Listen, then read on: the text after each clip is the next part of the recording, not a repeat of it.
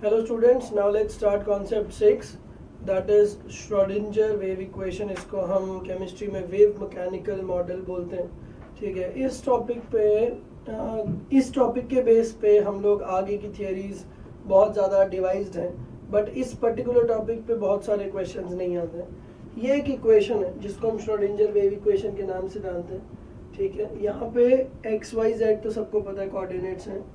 जाई क्या है? Xi is called as wave function.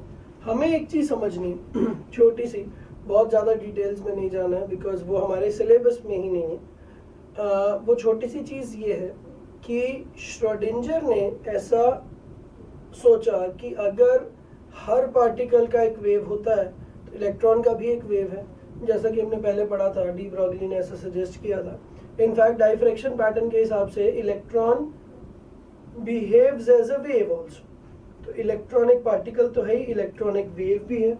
और आप लोग आगे फिजिक्स में पढ़ोगे वेव फंक्शंस में कि अगर कोई वेव है तो उसका एक वेव फंक्शन होता है.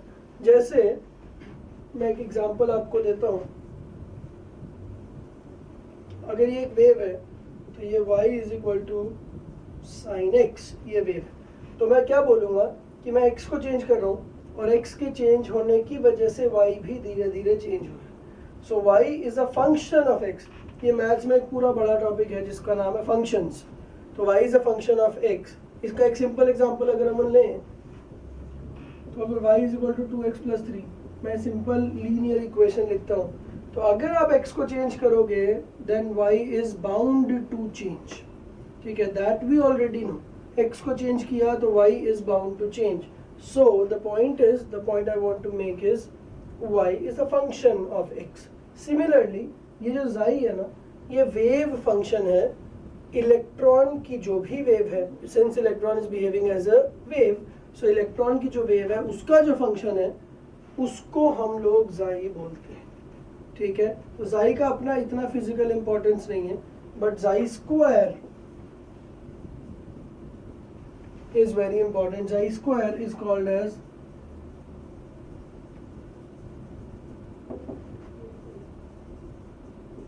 probability density.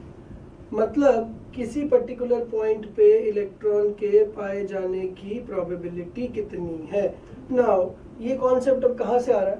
हाइजेनबर्ग, जो हमने लास्ट क्लास में पढ़ा था, हाइजेनबर्ग में ये था कि you cannot predict the momentum and the position of a particular electron simultaneously. तो मतलब ये है कि वेलोसिटी और रेडियस को एक साथ निकालना किसी भी इलेक्ट्रॉन के लिए इट्स नॉट पॉसिबल. तो अगर मैं ये नहीं बता सकता कि इलेक्ट्रॉन एग्जैक्टली कहाँ पे है, तो कम से कम मैं ये प्रिडिक्ट तो कर सकता हूँ कि शायद इलेक्ट्रॉन यहाँ पे. तो वो जो शायद वाला सीन आ गया, उससे हमारा एक नया कॉन्सेप्ट निकल के आता है जिसके बारे में हम जस्ट श्रोडिंजर की बात पढ़ेंगे. और श्रोडिंजर वेव इक्वेशन से ही वो निकले थे. That is the concept of orbitals. ठीक है, तो हम लोग ये देखेंगे कि जो बोर ने बोला था, नील्स बोर ने, दैट वाज ऑर्बिट्स. तो ऑर्बिट्स में आपको पता है कि इलेक्ट्रॉन किस जगह पे घूम रहा है, इलेक्ट्रॉन का रेडियस क्या है, इलेक्ट्रॉन जिस सर्कल के आसपास घूम रहा है उसका रेडियस क्या है, इलेक्ट्रॉन किस वेलोसिटी से घूम रहा है. तो ये सब चीज़ें उसने फिजिकली बताई थी. ठीक है, फिजिक्स को अप्लाई करते हुए. बट हाइजेनबर्ग के आने के बाद दैट बिकेम अ प्रॉब्लम. उसके बाद कॉन्सेप्ट ऑफ ऑर्बिटल्स केम. ठीक है, तो वो बेसिकली ऑर्बिटल्स के कॉन्सेप्ट को श्रोडिंजर इस तरह से प्रूव कर रहा है कि xi स्क्वायर को हम लोग बोलते हैं प्रोबेबिलिटी डेंसिटी. दैट मीन्स इस पर्टिकुलर जगह पे इलेक्ट्रॉन के पाए जाने की प्रोबेबिलिटी कितनी है. ठीक है, and orbital is that space in the universe where the probability of finding an electron is more than 95%. मतलब xi स्क्वायर क्या है? प्रोबेबिलिटी डिस्ट्रीब्यूशन, कि भाई एक पर्टिकुलर जगह पे इलेक्ट्रॉन कहाँ कहाँ पाया जा सकता है. So let's assume that I make a boundary. ज़रूरी नहीं हो बाउंड्री हमेशा सर्कुलर हो, बाउंड्री कैसे भी हो सकती है. मैंने आपको सिर्फ एक एग्जाम्पल देने के लिए इसे बनाया. तो लेट्स सपोज मैंने एक बाउंड्री बनाई. उस बाउंड्री में इलेक्ट्रॉन कहीं भी हो सकता है, बट उस इलेक्ट्रॉन के बाउंड्री के अंदर रहने की पॉसिबिलिटी मोर देन 95% है. 100% गारंटी तो इलेक्ट्रॉन की कहीं भी रहने की नहीं, बट अगर more than 95% of the time electron इसके अंदर रहता है तो मैं इसको फिर ऑर्बिटल बोलना शुरू कर दूंगा. So technically orbital is a 3D space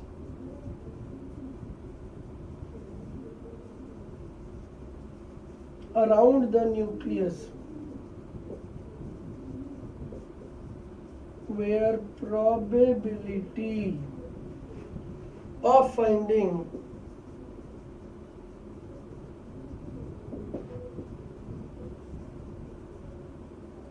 an electron is maximum. तो ऑर्बिटल का डेफिनेशन ही है कि एक ऐसी जगह, उस जगह का शेप कैसा भी हो सकता है, हम थोड़ी देर बाद अभी ऑर्बिटल्स के शेप्स देखेंगे.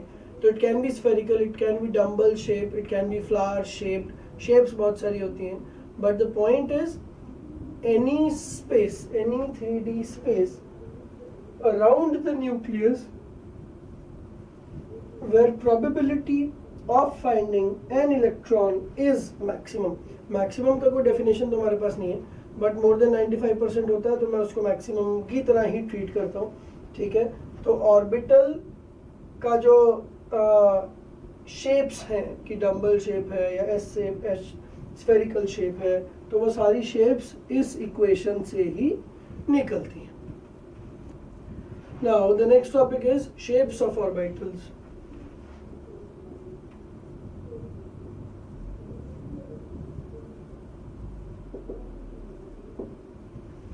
हमारे पास टोटल 4 तरीके के ऑर्बिटल हैं जो हमें स्टडी करने हैं. S, P, D, F.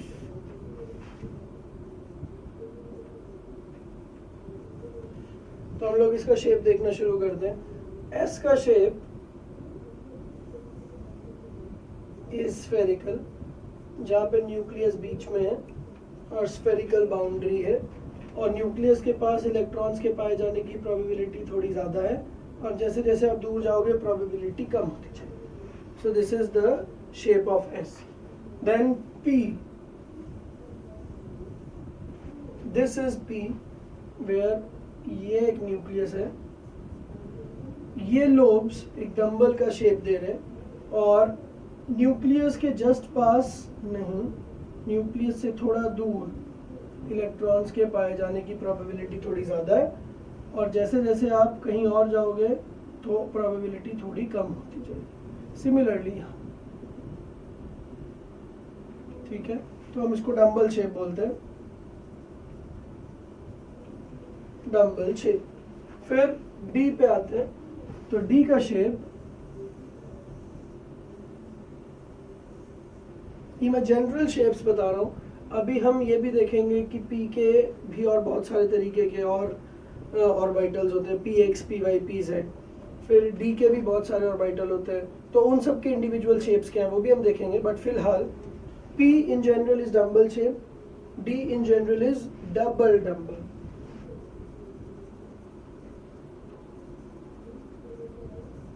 तो इसमें भी ये होता है कि ये न्यूक्लियस है, और न्यूक्लियस से थोड़ा दूर इलेक्ट्रॉन के पाए जाने की प्रोबेबिलिटी है.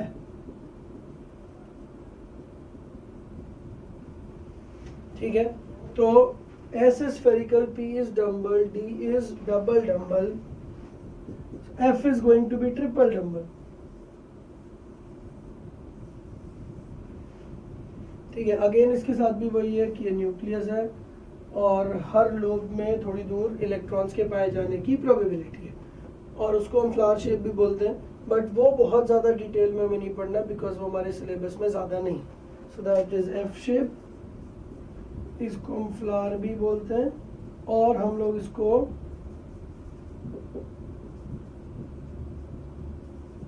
ट्रिपल डंबल भी बोल सकते हैं. अब इसको और डिटेल्स में चलते हैं. नाउ पी में भी, पी के फर्दर 3 होते हैं, P X, P Y and P Z. इनका शेप बिल्कुल सेम होता है, बस इनका ओरिएंटेशन थोड़ा डिफरेंट है. तो लेट्स सपोज ये एक्स एक्सिस है, ये वाई एक्सिस है, तो ये जेड एक्सिस हो गई. ठीक है, तो जो पी एक्स होगा वो एक्स एक्सिस के अलॉन्ग होगा, दिस इज पी एक्स। जो वाई होगा वो वाई एक्सिस के अलॉन्ग होगा, दिस इज पी वाई, और एक होगा जो जेड एक्सिस के अलॉन्ग होगा,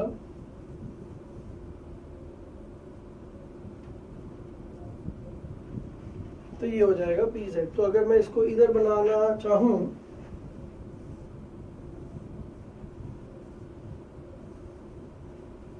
so px will be like this, py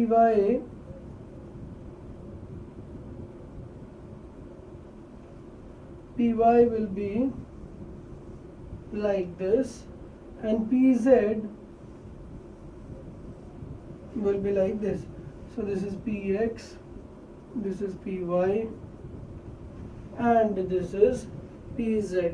तो तीनों तरीके के p, अब आपको ये याद रखना है कि p तीन तरीके के होते हैं, तो तीनों तरीके के p दिखने में बिल्कुल सेम है, बस उनका ओरिएंटेशन अलग है। px का मतलब orientation is towards x, py का मतलब टूवर्ड्स y, एंड z का मतलब टूवर्ड्स z। नेक्स्ट देखते हैं। नाउ अब हम लोग शेप्स ऑफ d के बारे में थोड़ा देखते हैं। d में 5 ऑर्बिटल होते हैं, dxy, dyz, dxz, dx square minus Y square and dz square. तो इनके शेप्स को देखते हैं। dxy विल बी, अगर ये एक्सिस x है और ये एक्सिस y है, तो x और y के एग्जैक्टली बीच में ये हमारा बन गया dxy, ठीक है। सिमिलरली dyz अगर होगा तो y और z एक्सिस के बीच में इसी तरह का बन जाए। Actually it's a 3D space, तो अब आपको थोड़ा सा विजुअलाइज करना पड़ेगा कि x y z तीनों परपेंडिकुलर प्लेन्स हैं, ठीक है। तो x y z अगर मैं इसको इस तरह से विजुअलाइज करूं,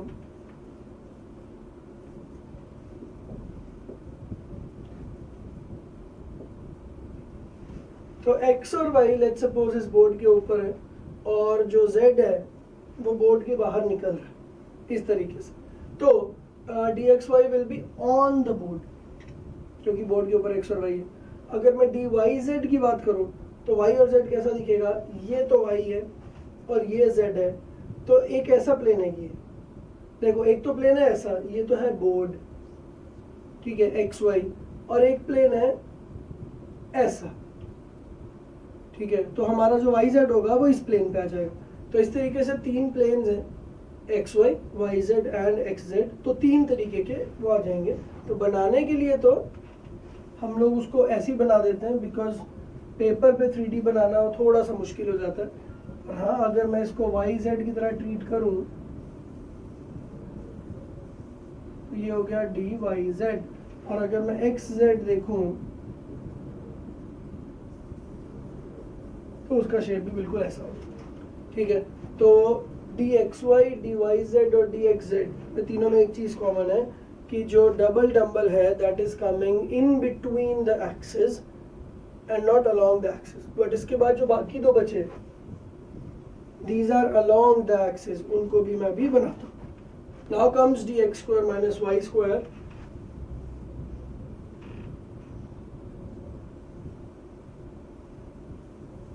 this is dx square minus y square। ध्यान देने वाली बात ये है कि दिखने में ये सेम लग सकता है x और y से, क्योंकि ये एक्सिस है x, ये है y, ठीक है। बट हमने थोड़ी देर पहले dxy बनाया था, तो dxy is along the axis, in between the axis, जबकि dx square minus y square is along the axis। तो इन दोनों का जो डिफरेंस है दैट इज वेरी इंपॉर्टेंट, इसके ऊपर काफ़ी क्वेश्चंस आते रहते हैं।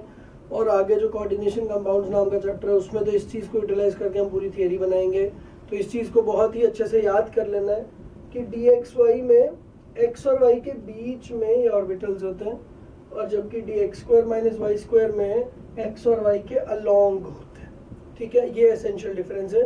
फाइनली dz स्क्वायर कैसा होता है, if this axis is z तो एक ऑर्बिटल आएगा, ये इसको आप एक एक्सेप्शन की तरह भी ट्रीट कर सकते हो. This is not double dumbbell. इसका शेप कैसा निकल के आया एक्सपेरिमेंटली, एक लोब बनेगा, एक डम्बल बना, और अब इसके आसपास एक रिंग बना. जिस तरह से सैटर्न के आसपास एक रिंग होता है वैसा ही. तो इलेक्ट्रॉन के पाए जाने की प्रोबेबिलिटी एक तो इस रिंग में है, ठीक है, और बाकी ऊपर वाले लोब में और नीचे वाले लोब में. तो आप इसको ऐसे इमेजिन कर सकते हो कि ये एक ऑर्बिटल है, ठीक है, डम्बल शेप का, और इसके आसपास एक रिंग बनी हुई है, ठीक है. तो इस तरीके से this is called as dz square. तो हमें एक चीज समझ में आती है कि dz square and tx square minus y square, both of these are along the same are along the axis, while dxy and dyz and dxz are not along the axis, they are in between the axis. Hello students, now let's move ahead. Now the topic that we are dealing with is quantum numbers.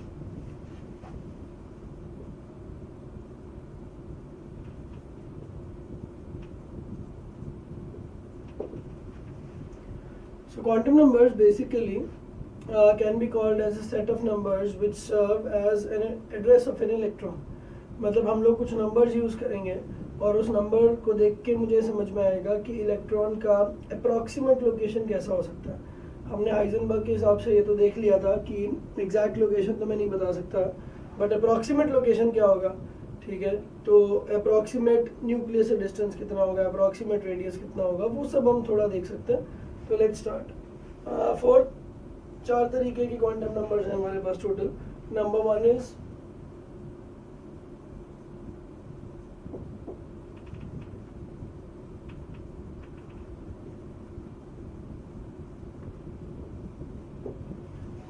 Is principal quantum number which is denoted by n.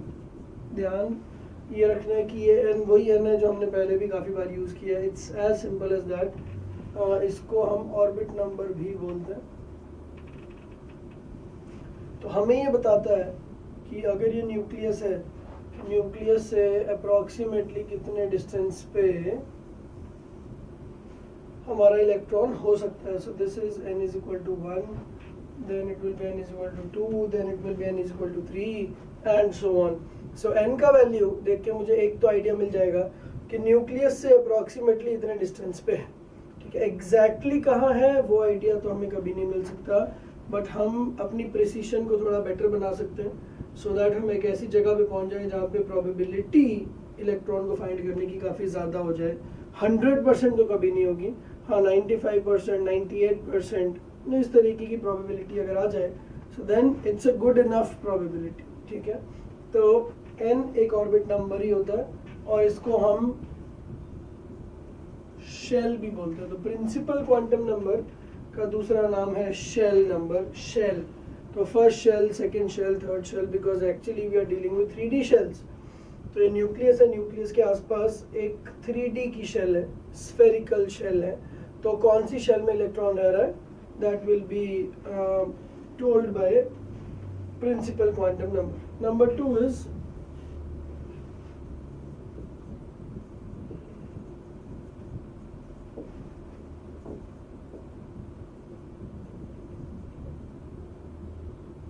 azimuthal quantum number.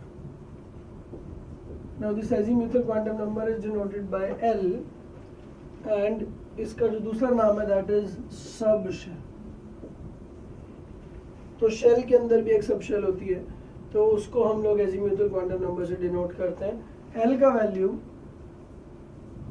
0 to n-1 बोला जाता है.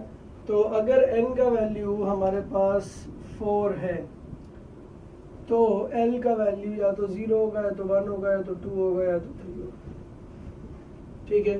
तो fourth shell में 4 सब shells होंगी जिनका नाम होगा 0, 1, 2, 3, ठीक है. 0 का मतलब ये नहीं है कि कुछ भी नहीं है उसमें. 0 सिंपली एक नेम है. It's a name given to a sub shell, it's a number given to a sub shell.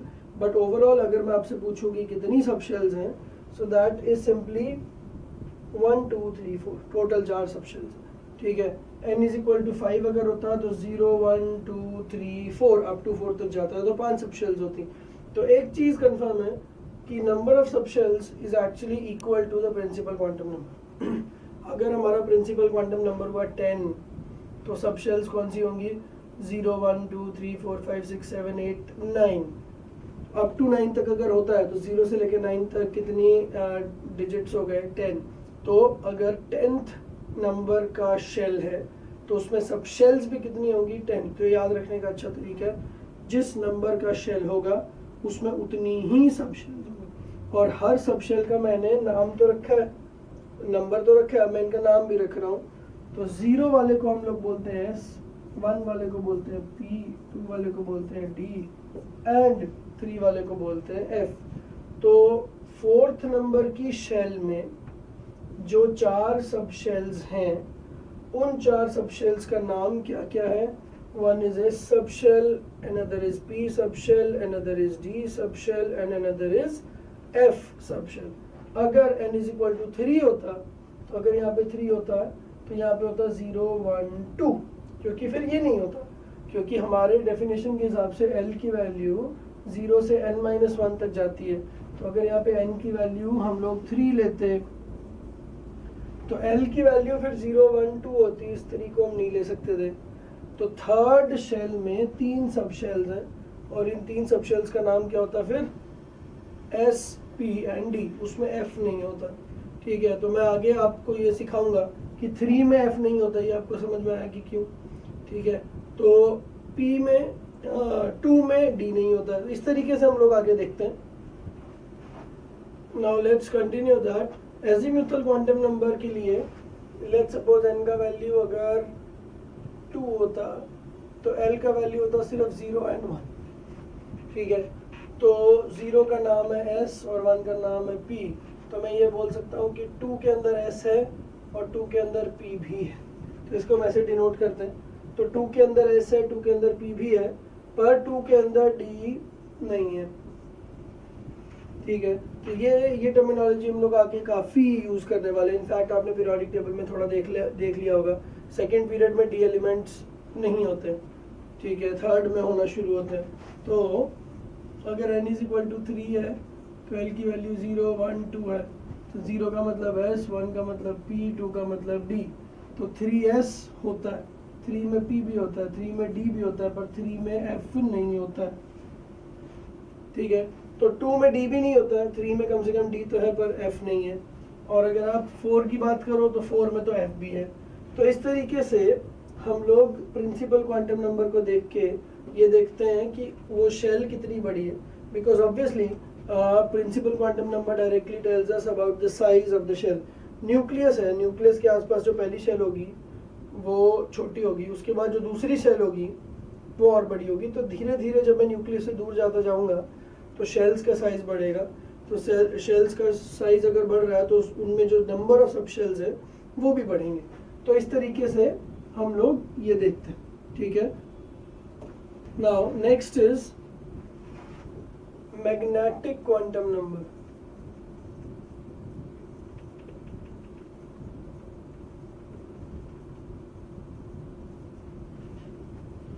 Denoted by small m। इस m का value varies from -L two plus.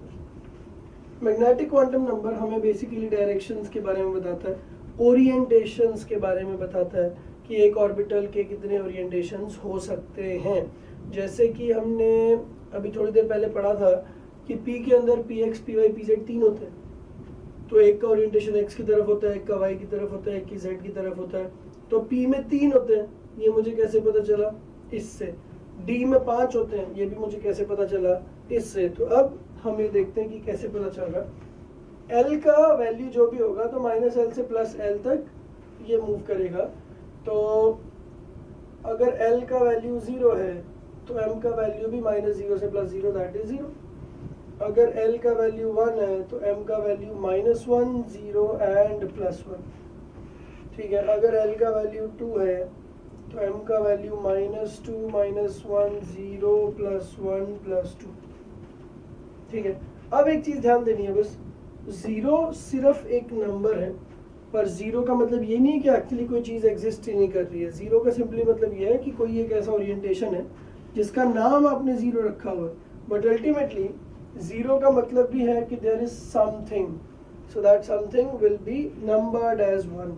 तो मतलब L is equal to zero में M is equal to zero है, मतलब orientations कितने हो गए? एक ओरिएंटेशन हो गया। यहाँ पे टोटल 3 ओरिएंटेशन हो गए, ठीक है, 3 डायरेक्शंस हो गई। एक डायरेक्शन का नाम मैंने रखा -1, दूसरे का नाम रखा 0, तीसरे का नाम रखा +1, ठीक है। यहाँ पे टोटल 5 डायरेक्शंस हो गई। आप उन डायरेक्शन से कुछ भी नाम रखो, आप XYZ ही क्यों रखते हो, ठीक है, आप ABCD भी उन डायरेक्शंस का नाम रख सकते हो। तो हमने बस नाम क्या है, नंबर्स के हिसाब से रखे हैं। तो -1 इज अ डायरेक्शंस नेम, +1 0, -2 +2, ये सब डायरेक्शंस के नेम। तो जीरो को समझ के, जीरो को देख के ऐसा नहीं समझना है कि ये तो कोई डायरेक्शन ही नहीं है, ठीक है।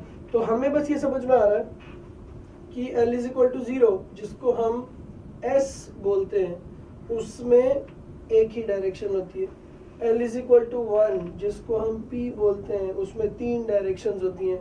इसी में से किसी को भी आप एक PX, दूसरे को PY, तीसरे को PZ बोल दो, ठीक है। वैसे हम जरूरी नहीं है कि हम बीच वाले को ही 0 लिखें, हम लोग किसी को भी 0 लिख सकते हैं, ठीक है। और ज़रूरी नहीं है कि हम पहले वाले को ही PX बोले, हम किसी को भी PX बोल सकते हैं, ठीक है। बस इतना है कि टोटल 3 ऑर्बिटल्स होंगे, 3 डायरेक्शंस होंगी, और उन तीनों डायरेक्शंस में से कोई एक X में होगा, कोई दूसरा Y में होगा, कोई Z में होगा, और उन तीनों में से किसी एक का नाम -1 होगा, किसी एक का +1 होगा, और किसी एक का 0 होगा।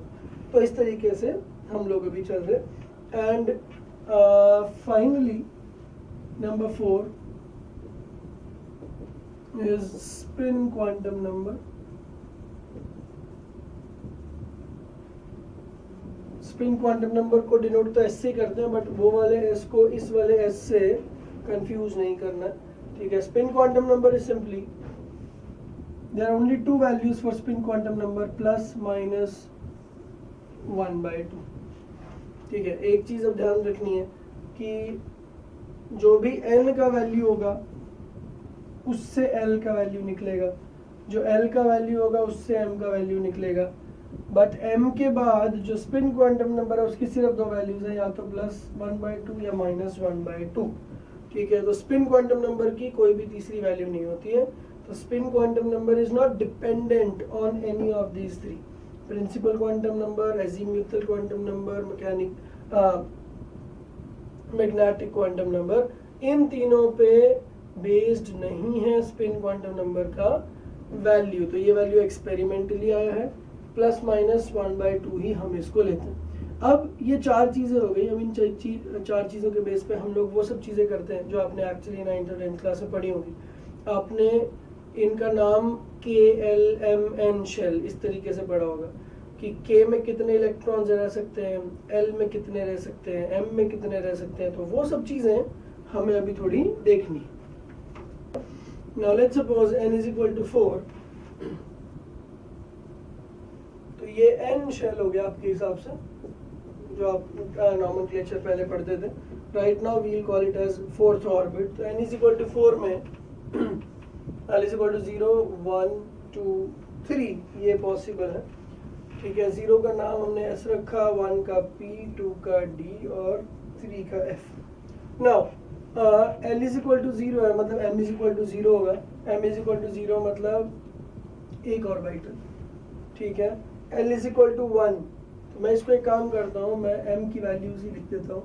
M की वैल्यू भी 0, यहाँ पे M की वैल्यू -1, 0, +1, यहाँ पे M का वैल्यू -2, -1, 0, +1, +2, और यहाँ पे M का वैल्यू -3, -2, -1, 0, 1, 2 एंड 3, ठीक है। तो ये सारी वैल्यूज आ गई। अब 0 का मतलब है एक ऑर्बिटल। हम हर ऑर्बिटल को एक बॉक्स से रिप्रेजेंट करेंगे। So this will represent as a home of an electron. M में 3 बॉक्स हो जाएंगे, D में 5 बॉक्स हो जाएंगे, और F में 7 बॉक्स हो जाएंगे, ठीक है, तो धीरे धीरे अगर हम एफ के बाद भी शुरू करते हैं तो एस पी डी एफ के बाद जो नेम्स रखे गए हैं वो सब अल्फाबेटिकल ऑर्डर्स में रखे गए हैं, तो एफ के बाद फिर जी एच आई जे इस तरीके से शुरू हो जाएगा। तो हम लोग ये बोल सकते हैं कि एस सब शेल में कितने ऑर्बिटल्स होते हैं, 1। पी सब शेल में 3 ऑर्बिटल्स, ठीक है, 3 बॉक्सेस मतलब 3 ऑर्बिटल्स। डी सब शेल में 5, एफ में 7, तो 2 का एडिशन हो रहा है, तो 1 3 5 7। तो इसके बाद अगर ज़रूरत पड़ी तो 9, फिर 11, फिर 13, फिर 15, तो जितनी ज़रूरत पड़ रही है हम उस हिसाब से इसको बढ़ाते हैं। तो अगर n की जगह यहाँ पे 5 होता तो यहाँ पे L में 0 1 2 3 के नीचे 4 भी होता, और अगर 4 होता तो उसमें 7 की जगह 9 बॉक्सेस होते, ठीक है। तो ये सिचुएशन क्लियर हो गई है। अब एक और रूल, इस रूल को हम आगे पढ़ेंगे, this is called as Pauli's exclusion principle. According to that, उसको हम डिटेल में थोड़ी आगे पढ़ेंगे, बट अकॉर्डिंग टू दैट एक बॉक्स में 2 से ज़्यादा इलेक्ट्रॉन नहीं रह सकते। तो अब अगर मैं आपसे पूछूं कि इन टोटल मिला के इसमें कितने इलेक्ट्रॉन्स रह सकते हैं, तो पहले तो हम नंबर ऑफ बॉक्सेस को काउंट कर लेते हैं। 1 + 3 + 5 + 7। 1 + 3 is 4, 4 + 5 is 9, 9 + 7 is 16. So overall 16 boxes are there, or else I'll say 16 orbitals are there. तो पहला क्वेश्चन, अगर n = 4 है तो 4th principal quantum number shell में कितने ऑर्बिटल्स हो सकते हैं, तो 4 के अंदर कितने होंगे, 16। अब अगर यहाँ पे 3 होता, अगर यहाँ पे 3 होता तो ये चीज़ नहीं होती, तो सिर्फ 0 1 2 होते, तो हम लोग क्या करते, बस 1 + 3 + 5 करते, तो वो वैल्यू कितनी हो जाती, 9। तो 3 के लिए 9, 4 के लिए 16, so actually the formula becomes n²। So the number of orbitals, तो एक फॉर्मूला जब आप लिख सकते हो, the number of orbitals in a shell is equal to n²। तो अगर मैंने आपसे बोला मैं 5th शेल की बात कर रहा हूँ तो कितने ऑर्बिटल्स होंगे, 25। अगर मैं 10th शेल की बात कर रहा हूँ तो कितने ऑर्बिटल होंगे, 10 × 10 का स्क्वायर, दैट इज 100। अगर मैं 7th शेल की बात कर रहा हूँ तो कितने इलेक्ट्रॉन होंगे, कितने ऑर्बिटल्स होंगे, 7 का स्क्वायर इज 14। यहाँ तक बात समझ में आ गई है। अब हम एक स्टेप और आगे चलते हैं। अभी अभी हमने एक रूल सुना, इसको डिटेल में तो हम बाद में देखेंगे। There is one rule called as Pauli's exclusion principle which suggests that each orbital can only have maximum 2 electrons. 2 से कम जरूर हो सकते हैं पर 2 से ज़्यादा नहीं हो सकते हैं। तो अगर मैंने आपसे पूछा कि इस पूरी शेल में कितने इलेक्ट्रॉन्स मैक्सिमम हो सकते हैं, तो इसका सिंपल सा आंसर ये है कि टोटल बॉक्सेस गिन लिए हमने, उसको सबको 2 से मल्टीप्लाई कर दो, because the maximum capacity of a box is 2। So 16 × 2 will give you 32 in this case. अगर मैं 5th शेल की बात कर रहा होता तो उसमें कितने बॉक्सेस होंगे 5th शेल में, 5th शेल में बॉक्सेस होंगे 25, और हर बॉक्स में 2 लोग रह रहे हैं, तो 25 × 2 विल गिव यू 50। तो उसका फॉर्मूला क्या बन गया, 2n²। तो अब हम लोग कुछ फॉर्मूले देख लेते हैं, बट आपको एक चीज़ ध्यान देनी है कि ये फॉर्मूले रटने की ज़रूरत नहीं है, धीरे धीरे आप प्रैक्टिस करोगे तो अपने आप याद ही हो जाएगा। बाकी फॉर्मूले कैसे निकले उसका पूरा जिस्ट ये है। तो मैं एक बार वापस से बताता हूँ। ये आया शेल, शेल से निकले सब शेल्स, हर सब शेल में कुछ ऑर्बिटल्स हैं, S में 1, P में 3, D में 5, F में 7, और हर ऑर्बिटल में मैक्सिमम 2 इलेक्ट्रॉन्स रह सकते हैं। तो 2 से कम इज ओके, बट 2 से ज़्यादा नहीं रह सकते हर ऑर्बिटल में। Every box is called as an orbital. So total number of boxes count करके उनको 2 से मल्टीप्लाई कर दिया, so that is the total number of, that is the maximum number of electrons which can stay in a shell. तो इसीलिए आप जो पढ़ते हो कि K में सिर्फ 2 इलेक्ट्रॉन्स रह सकते हैं, L में 8 होते हैं, तो वो कैसे हो रहा है वो भी हम अभी देखते हैं, इसी से हो रहा है सब। तो अगर K शेल की बात करें तो K का मतलब है n = 1। तो अगर n = 1 है तो L की वैल्यू 0 है, L की वैल्यू 0 है तो M की वैल्यू भी 0 है। 0 का मतलब सिर्फ एक बॉक्स, और एक बॉक्स में कितने इलेक्ट्रॉन रह सकते हैं, 2। तो इसलिए number of electrons, number of maximum electrons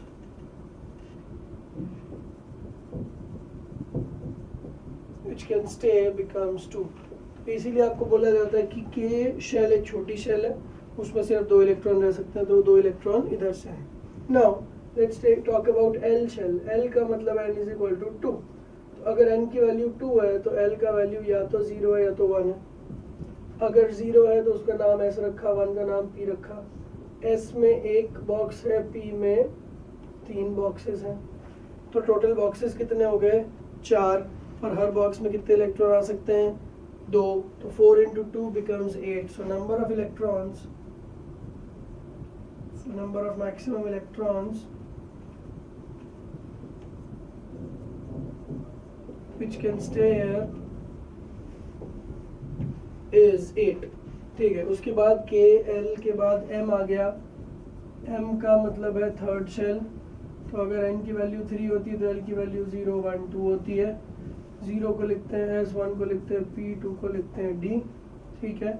S में एक बॉक्स है, P में 3 है, D में 5 है. तो टोटल बॉक्सेस कितने हो गए? 5 + 3 + 1 that is 9. तो 9 into 2, जो हर बॉक्स में 2 इलेक्ट्रॉन रह सकते हैं. टोटल कितने इलेक्ट्रॉन्स हो गए? So number of maximum electrons which can stay becomes 18. ठीक है. तो अब हम 2-3 फॉर्मूले लिख लेते हैं जो कि आपको हर बार ये बार बार निकालना नहीं पड़ेगा. So formula number 1 is number of orbitals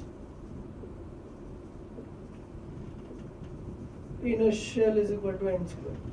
आप खुद भी देख सकते हो. ऑर्बिटल्स का मतलब बॉक्सेस. तो नंबर 3 में कितने बॉक्सेस है? 9. नंबर 2 में कितने बॉक्सेस है? 4. नंबर 1 में कितने बॉक्स है? 1. तो 1 का स्क्वायर 1, 2 का स्क्वायर 4, 3 का स्क्वायर 9. तो number of orbitals in a shell is n². Then maximum number of electrons in a shell. तो एक शेल में मैक्सिमम कितने इलेक्ट्रॉन्स रह सकते हैं? तो जितने रूम्स हैं, जितने बॉक्सेस हैं, उनका ट्वाइस, तो 2n².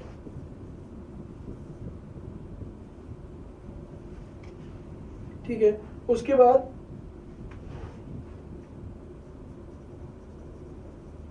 Number of orbitals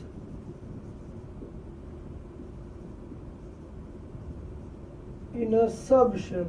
confuse नहीं होना है. यहाँ पे मैंने शेल लिखा है, यहाँ पे मैंने सब शेल लिखा है. ये बहुत इंपॉर्टेंट बात है. शेल का मतलब तो हो गया second shell, third shell, fourth shell. पर सब शेल का मतलब हो गया ये वाले लोग, S, P, D, F. ये लोग सब शेल्स हैं.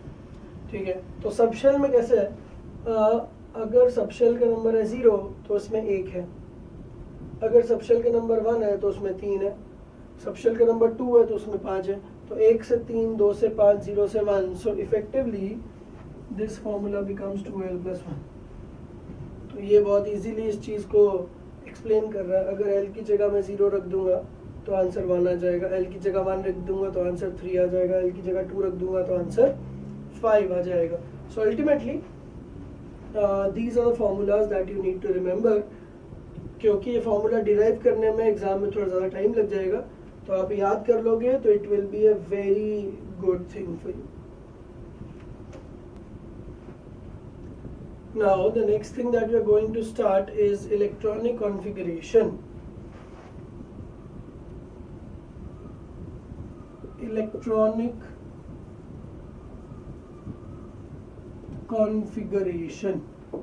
इसका मतलब क्या होता है कि एक इलेक्ट्रॉन, अगर मेरे पास एक एटम है जिसमें बहुत सारे इलेक्ट्रॉन्स हैं, तो हर इलेक्ट्रॉन का एक प्रॉपर एड्रेस बताना, हर शेल में कितने इलेक्ट्रॉन्स हैं, कौन सी शेल में कितने इलेक्ट्रॉन्स हैं, तो वो सब चीज़ों का एक पूरा आइडिया देना. जैसे लेट्स सपोज सोडियम में अगर 11 इलेक्ट्रॉन्स हैं तो 11 के 11 इलेक्ट्रॉन्स कहाँ कहाँ पे हैं. कुछ इलेक्ट्रॉन्स K में होंगे, कुछ L में होंगे, कुछ M में होंगे. और अगर K में तो एक ही बॉक्स है, अगर M की बात हो रही है तो उसमें 4 बॉक्सेस हैं, तो किस बॉक्स में कितने इलेक्ट्रॉन्स हैं. तो वो सारी चीज़ें हमें थोड़ा ध्यान देना. तो इलेक्ट्रॉनिक कॉन्फ़िगरेशन के 3 रूल्स हैं. पहले हम वो रूल सीख लेते हैं, उसके बाद हम सबका इलेक्ट्रॉनिक कॉन्फ़िगरेशन बनाना शुरू कर देंगे.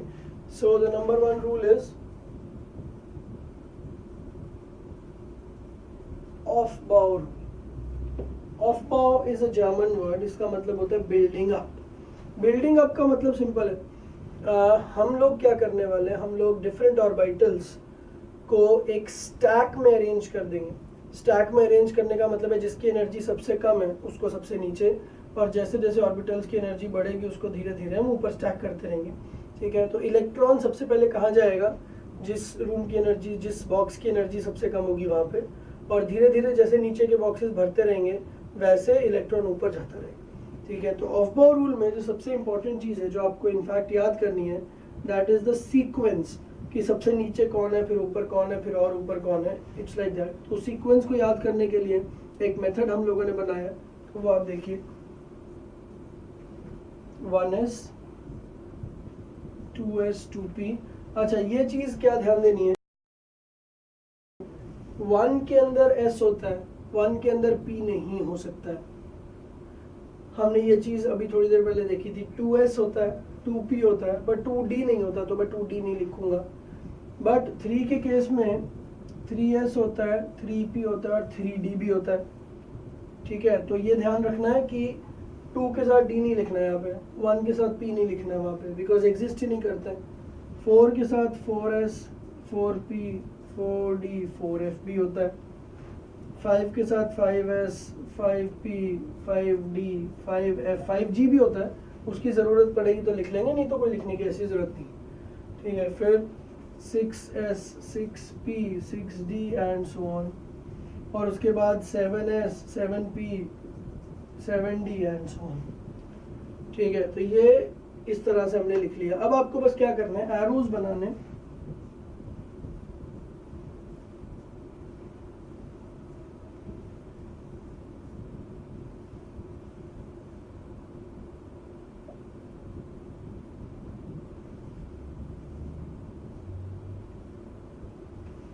तो हम लोगों को एरोज बनाने, इसको मैं और arrow number A B C D लिख देता हूँ। ठीक है, पर उसमें थोड़ा कंफ्यूजन हो जाएगा, तो let's take it as arrow number 1 2 3 4 just for your reference. ये ऐसे कोई नंबर्स वैसे नहीं है। ठीक है, अब आपको क्या करना है, वो जो सीरीज हमें याद करनी है, वो सीरीज याद करने का तरीका क्या है, आपको हर एरो पे जाना है। तो लेट्स सपोज हम लोग पहले नंबर 1 एरो पे गए, और आपको टेल से हेड की तरफ बढ़ना, और बीच में आपको जो दिख जाए उसको लिख देना। तो हम लोग नंबर 1 पे खड़े, हमने 1 से टेल से हेड की तरफ हम गए, तो 1s हमें दिखा, तो हमने लिख दिया 1s। ठीक है, अब ये एरो खत्म हो गया, हम यहाँ पे पहुँच गए। अब हम सेकंड एरो पे जाएंगे और वापस वही करेंगे, टेल से हेड, तो बीच में 2s दिख गया। फिर हम यहाँ पे खत्म हो गए, उसके बाद हम 3 पे गए, थर्ड एरो पे, और टेल से वापस हेड पे गए, तो पहले 2p दिखा, फिर 3s दिखा। फिर ये एरो भी खत्म हो गया, अब हम 4 पे गए, और फिर 3p दिखा, फिर 4s दिखा। फिर हम यहाँ भी खत्म हो गए, उसके बाद यहाँ पहुंचे 5th पे, फिर यहाँ पे 3d दिखा, 4p दिखा, 5s दिखा। तो इसके बाद फिर 3d, फिर 4p, फिर 5s, तो ऐसे चलता रहेगा। ठीक है, तो हमारे पास एक सीरीज बन गई, जिसको अगर आप याद कर लोगे फिर तो बेस्ट है। तो सीरीज क्या है, 1s 2s 2p 3s 3p 4s 3d 4p 5s, ऐसे चलता जाएगा। तो क्वेश्चन को देख के आपको जितनी सीरीज की ज़रूरत पड़े आप उतनी सीरीज ऑन द स्पॉट बना सकते हो। हाँ, ये टाइम टेकिंग प्रोसेस है, तो अगर आप 20-25 क्वेश्चन इस चीज़ पे करते हो तो आपको काफ़ी हद तक जितना रिक्वायर्ड उतना याद हो जाएगा। तो 1s 2s 2p 3s 3p 4s 3d 4p, तो ऐसा आपको काफ़ी हद तक याद हो जाएगा। सो it will not be a big deal. ठीक है, अब अपने को क्या करना है, बस सिंस हमें ये थोड़ा सा याद हो गया, तो अब हमें इलेक्ट्रॉन्स का फिलिंग शुरू करना है। इलेक्ट्रॉनिक कॉन्फ़िगरेशन का मतलब होता है द फिलिंग ऑफ इलेक्ट्रॉन्स। ठीक है, बस क्या चीज़ें ध्यान रखनी है कि S में मैक्सिमम 2 इलेक्ट्रॉन्स आ सकते हैं, P में मैक्सिमम 6 आ सकते हैं। आपको ध्यान होगा कि P को हम ऐसे रिप्रेजेंट करते हैं 3 बॉक्सेस, और हर बॉक्स में 2 इलेक्ट्रॉन्स के हिसाब से 6 हो गया। D में मैक्सिमम 10 आ सकते हैं। ठीक है, तो हम एक एक करके इलेक्ट्रॉन्स को फिल करना शुरू करेंगे। तो जो चीज़ पहले आएगी उसको पहले फिल करेंगे, और जब तक पहली चीज़ फिल नहीं होगी तब तक हम दूसरे पे नहीं जाएंगे। This is what is called as Aufbau rule. तो ऑफ बाउ रूल ये बोलता है कि till the time lower orbitals are not completely filled, the electron will not go in the next orbital. तो पहले आप एक पूरे ऑर्बिटल को भरो, उसके बाद नेक्स्ट एनर्जी लेवल पे धीरे धीरे आगे बढ़ते रहेंगे. तो इलेक्ट्रॉनिक कॉन्फ़िगरेशन के कुछ हम एग्जांपल्स लेते हैं. तो एक बार मैं सीरीज थोड़ी सी लिख देता हूँ सो दैट आपको ज़्यादा मुश्किल ना हो. So that series is 1s 2s 2p 3s 3p 4s 3d 4p 5s and so. ठीक है, तो अब हम स्टार्ट करते हैं कि किस तरीके से इलेक्ट्रॉनिक कॉन्फ़िगरेशन काम करती है. तो let's suppose we are talking about hydrogen. So hydrogen has only one electron, so that one electron will go to first orbital that is known as 1s. तो उसको हम कैसे लिखेंगे, 1s और s के ऊपर एक छोटा सा 1. तो ये s के ऊपर जो छोटा सा 1 है इसका मतलब ये है कि s के अंदर एक इलेक्ट्रॉन है, और जो बड़ा वाला 1 है वो बता रहा है कि कौन सी शेल है. तो फर्स्ट शेल के s सब शेल में जो एक ऑर्बिटल था उसके अंदर एक इलेक्ट्रॉन गया. ठीक है, हीलियम में टोटल 2 इलेक्ट्रॉन्स हैं. पहला इलेक्ट्रॉन s में गया, दूसरा भी s में गया, तो 1s2. ठीक है, उसके बाद आया लिथियम. लिथियम में टोटल 3 है, तो 3 में से पहले 2 तो गए s में, अब s पर गया क्योंकि s का कैपेसिटी ही 2 का होता है. अब जो थर्ड वाला इलेक्ट्रॉन है उसको फिर नेक्स्ट में जाना पड़ेगा, तो नेक्स्ट इज 2s1. तो टोटल 3 इलेक्ट्रॉन थे, 3 में से जो पहले 2 इलेक्ट्रॉन है वो 1s में गए, उसके बाद जो नेक्स्ट इलेक्ट्रॉन है वो 2s में गया. ठीक है, नाउ नेक्स्ट बेरिलियम में टोटल 4 होते हैं, तो 1s में 2 गए, फिर 2s में भी 2 गए. फिर उसके बाद आया बोरॉन. बोरॉन में 5 होते हैं, पहले 2 1s में गए, अगले 2 2s में गए. ठीक है, उसके बाद 3s में एक इलेक्ट्रॉन चला गया. Is it fine? ठीक है, तो 1s में 2 गए, 2s में 2 गए, उसके बाद 3s में 1 गया. Now carbon. कार्बन में 6 इलेक्ट्रॉन्स हैं, तो 1s2 2s2. I am so sorry, इसमें थोड़ी सी ये हमने सीरीज में एरर किया. 1s 2s के बाद 2p आता है. ठीक है, तो 2s के बाद जो 2p आएगा उसमें 1 है, तो boron is 1s2 2s2 2p1. अब आगे चलते हैं. Carbon 1s2 2s2 2p2. ठीक है, उसके बाद nitrogen that is 7 1s2 2s2 2p3. ध्यान देने वाली बात, p का मैक्सिमम कैपेसिटी 6 का है, तो जब तक इस p में सारे के सारे भर नहीं जाते, दैट मीन्स 6 इलेक्ट्रॉन्स, तब तक हम आगे नहीं बढ़ेंगे. तो नाइट्रोजन के बाद ऑक्सीजन 1s 2s2 4 हो गए, उसके बाद 2p4.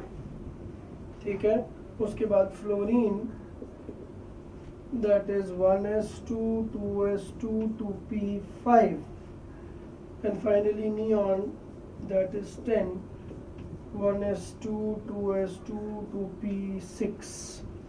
तो ये 10 इलेक्ट्रॉन्स भर गए. नियॉन के बाद अब हम आते हैं सोडियम के ऊपर. सोडियम में 11 इलेक्ट्रॉन है, तो पहले 2 1s में गए, अगले 2 2s में गए, अगले 6 2p में गए, तो टोटल 10 इलेक्ट्रॉन जा चुके हैं. नेक्स्ट इलेक्ट्रॉन आया, तो 1s 2s 2p 2p के बाद क्या आया 3s, तो यहाँ पे आ गया 3s1. फिर अगर मैग्नीशियम देखें तो 1s2 2s2 2p6 के बाद 3s2. फिर एल्यूमिनियम अगर देखें तो 1s2 2s2 2p6 3s2. यहाँ तक तो पहुँच गए हम लोग, 12 इलेक्ट्रॉन्स अभी तक जा चुके हैं. जो 13th इलेक्ट्रॉन है, देखो 3s की कैपेसिटी फुल हो चुकी है, तो 3s के बाद जो 3p आएगा उसमें इलेक्ट्रॉन्स जाएंगे, सो दैट इज 3p1. तो ऐसे करते करते करते हम लोग किसी भी इलेक्ट्रॉनिक कॉन्फ़िगरेशन को लिख सकते हैं. So the only point that you need to remember is, एक तो ये सीरीज थोड़ी याद करनी पड़ेगी. ठीक है, 1s 2s 2p 3s 3p 4s 3d 4p, इस तरीके से याद करनी पड़ेगी.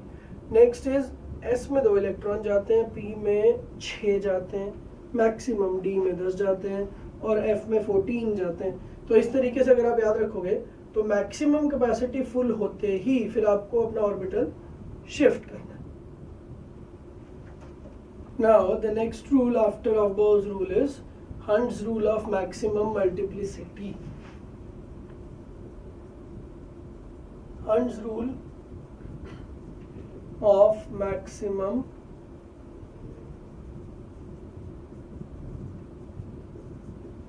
multiplicity. Hund's rule ये बोलता है कि if there are degenerate orbitals,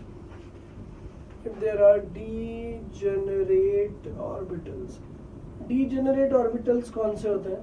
The orbitals which are having same energy. जैसे कि जो P के 3 बॉक्सेस हैं उनको मैं तीनों को एक लेवल पे रखता हूँ, तो मतलब इनका नाम अलग अलग है, एक का नाम Px है, एक का नाम Py है, एक का नाम Pz है, बट इन तीनों की एनर्जी बिल्कुल सेम है, तो Px, Py, Pz. Similarly D के 5 ऑर्बिटल्स, तो इन पांचों की एनर्जी भी आपस में इक्वल है, ठीक है, तो इनको मैं डीजेनरेट ऑर्बिटल्स बोलता हूँ. तो हंड्स रूल क्या बोलता है कि जो डीजेनरेट ऑर्बिटल्स होते हैं उनमें जो इलेक्ट्रॉनिक फिलिंग होती है वो कुछ इस तरीके से होती है कि कोई भी डीजेनरेट ऑर्बिटल खाली नहीं बचना चाहिए. जब तक एक एक इलेक्ट्रॉन सब में नहीं आ जाएगा तब तक पेयरिंग नहीं होगी, ठीक है. मतलब इसको हम थोड़ी देर में लिख भी लेंगे, बाकी फिलहाल इसको समझते हैं. जैसे हम लोग इलेक्ट्रॉनिक कॉन्फ़िगरेशन के ऑफ बाउ रूल को थोड़ा डायग्रामेटिकली अगर बनाएं तो दिस इज 1s, इसके ऊपर 2s, इसके ऊपर 2p के 3 डिब्बे, फिर आ गया 3s, फिर आ गया 3p, इस तरीके से चल रहा है, ठीक है. तो अगर मैं आपसे बोलता हूं कि मुझे नाइट्रोजन का कॉन्फ़िगरेशन लिखना है,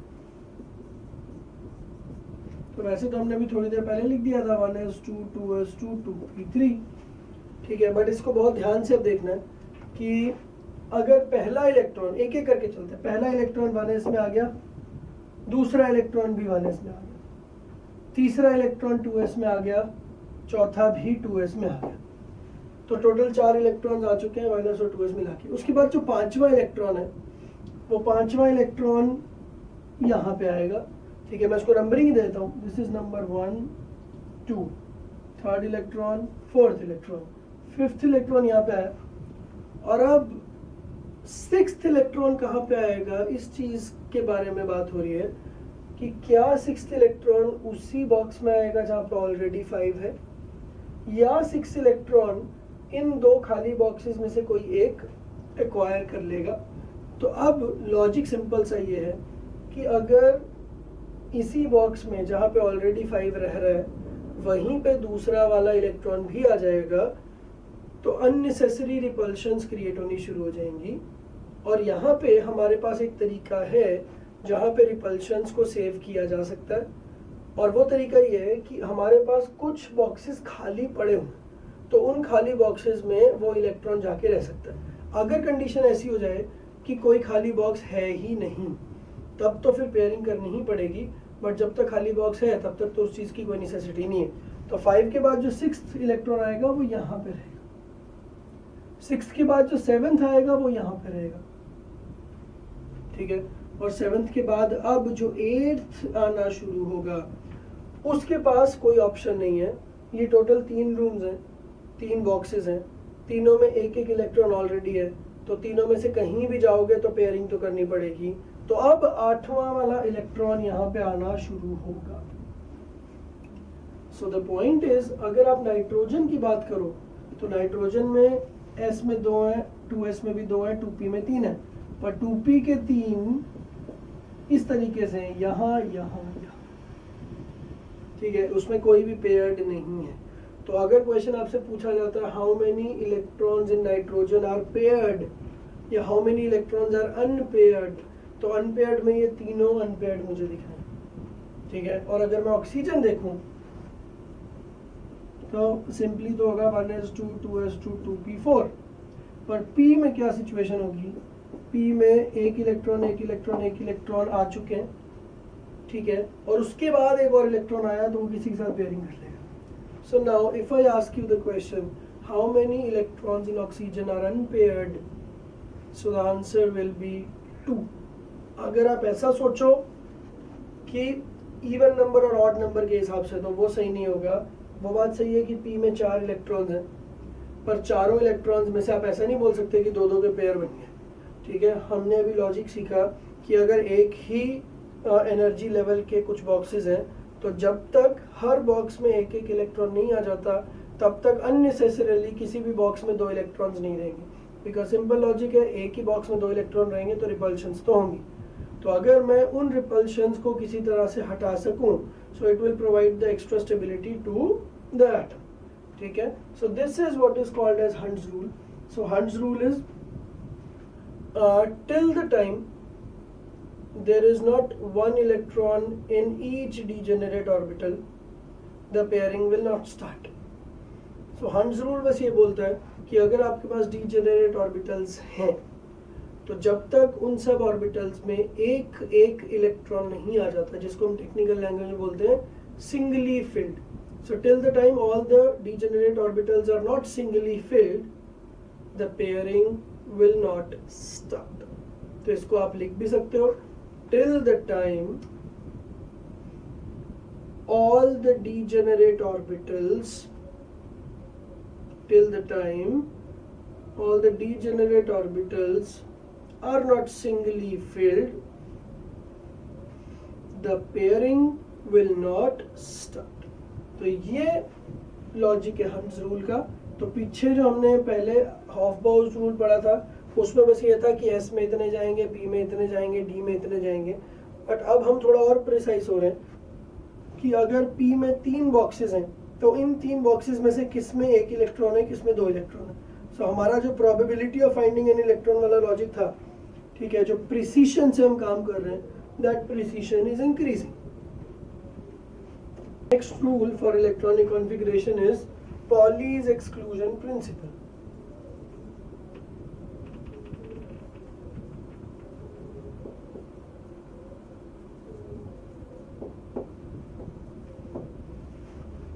So this Pauli's exclusion principle simply tells us that in an orbital no more than 2 electrons can exist. तो एक्चुअली मैंने जो आपको पहले बताया था उसी चीज को हमने अब एक नाम दे दिया है। According to Pauli's exclusion principle, in an orbital, orbital मतलब box, there can be only 2 electrons which can stay, and those 2 electrons must have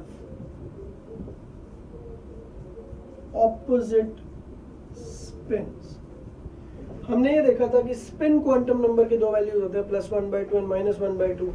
तो पॉली ने ये रूल बनाया कि एक ऑर्बिटल में 2 से ज्यादा इलेक्ट्रॉन्स नहीं रह सकते, मैक्सिमम 2 रह सकते हैं। और अगर वो दोनों इलेक्ट्रॉन्स भी रह रहे हैं तो एक चीज का ध्यान रखना पड़ेगा कि उनका स्पिन सेम नहीं होना चाहिए, उनका स्पिन होना चाहिए ऑपोजिट। तो अगर मैं एक इलेक्ट्रॉन को इस तरह से डिनोट करूं तो मैं दूसरे इलेक्ट्रॉन को फिर इस तरीके से डिनोट करूं, ठीक है। तो ये नहीं, ये जरूरी नहीं है कि मैं इसको पॉजिटिव बोलूं, this can be anything, positive और नेगेटिव, बट ये जो भी है उसका उल्टा ही है, ठीक है। तो एक बॉक्स में 2 इलेक्ट्रॉन्स मैक्सिमम आ सकते हैं और उन दोनों इलेक्ट्रॉन्स का स्पिन ऑपोजिट होना चाहिए। This is Pauli's exclusion principal. तो अब इन तीनों प्रिंसिपल्स को यूज करके हम लोग इलेक्ट्रॉनिक कॉन्फ़िगरेशन की और डिटेलिंग वाले क्वेश्चंस करते हैं। तो हम लोग एक बार क्विक रिवीजन देख लेते हैं। ऑफ पावर रूल मतलब हमने ऑर्बिटल्स को एक एनर्जी वाइज अरेंज कर दिया। तो जिस ऑर्बिटल की एनर्जी कम है, जो नीचे है, वो पहले भरा जाएगा और जब वो खत्म हो जाएगा, जब उसमें जगह खत्म हो जाएगी, देन इलेक्ट्रॉन्स ऊपर की तरफ जाएंगे, ठीक है। उसके बाद आया हंट्स रूल। हंट्स रूल में ये है कि अगर आपको डीजेनरेट ऑर्बिटल्स दिखते हैं, सेम एनर्जी वाले कुछ ऑर्बिटल्स, तो हम लोग क्या करेंगे, हम लोग पहले उन सब में एक एक इलेक्ट्रॉन भरेंगे और जब सब में एक एक इलेक्ट्रॉन आ जाएगा उसके बाद हम लोग पेयरिंग स्टार्ट करेंगे अगर और इलेक्ट्रॉन्स हुए तो। और उसके बाद जो फाइनल रूल है पॉलीज एक्सक्लूजन प्रिंसिपल, ये हमें बोलता है कि हर ऑर्बिटल में मैक्सिमम 2 इलेक्ट्रॉन्स ही हो सकते हैं, 2 से ज़्यादा नहीं हो सकते। और उन 2 इलेक्ट्रॉन्स का भी जो स्पिन होना चाहिए वो ऑपोजिट होना चाहिए, ठीक है। तो इन तीनों रूल्स को लेके हम लोग आगे बढ़ते हैं। Start the question. Our question is,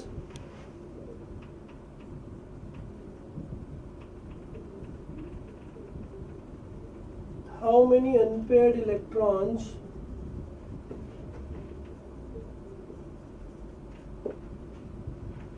are there in Fe। ठीक है, धीरे धीरे आपको ये सब इनके एटॉमिक नंबर्स वगैरह याद करने। फिलहाल हम लोग क्वेश्चन में देख लेते हैं that Fe has an atomic number of 26, मतलब इसमें 26 इलेक्ट्रॉन्स होते हैं एंड 26 ही प्रोटॉन्स होते हैं। ठीक है, और इलेक्ट्रॉनिक कॉन्फ़िगरेशन में हमें प्रोटॉन्स के बारे में कोई टेंशन नहीं लेनी, इट्स अबाउट ओनली इलेक्ट्रॉन्स। सो मुझे नंबर ऑफ अनपेयर्ड इलेक्ट्रॉन्स बताने हैं, तो मुझे पूरा इलेक्ट्रॉनिक कॉन्फ़िगरेशन प्रॉपर तरीके से देखना होगा।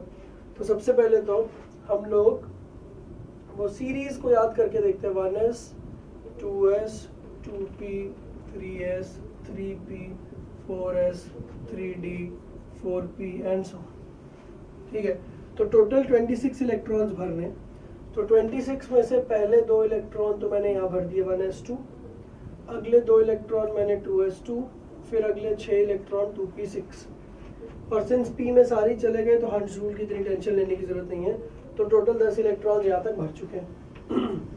उसके बाद आया 3s में 2, 3p में 6, 4s में वापस से 2, तो यहाँ पे भी 10 इलेक्ट्रॉन्स और भर गए।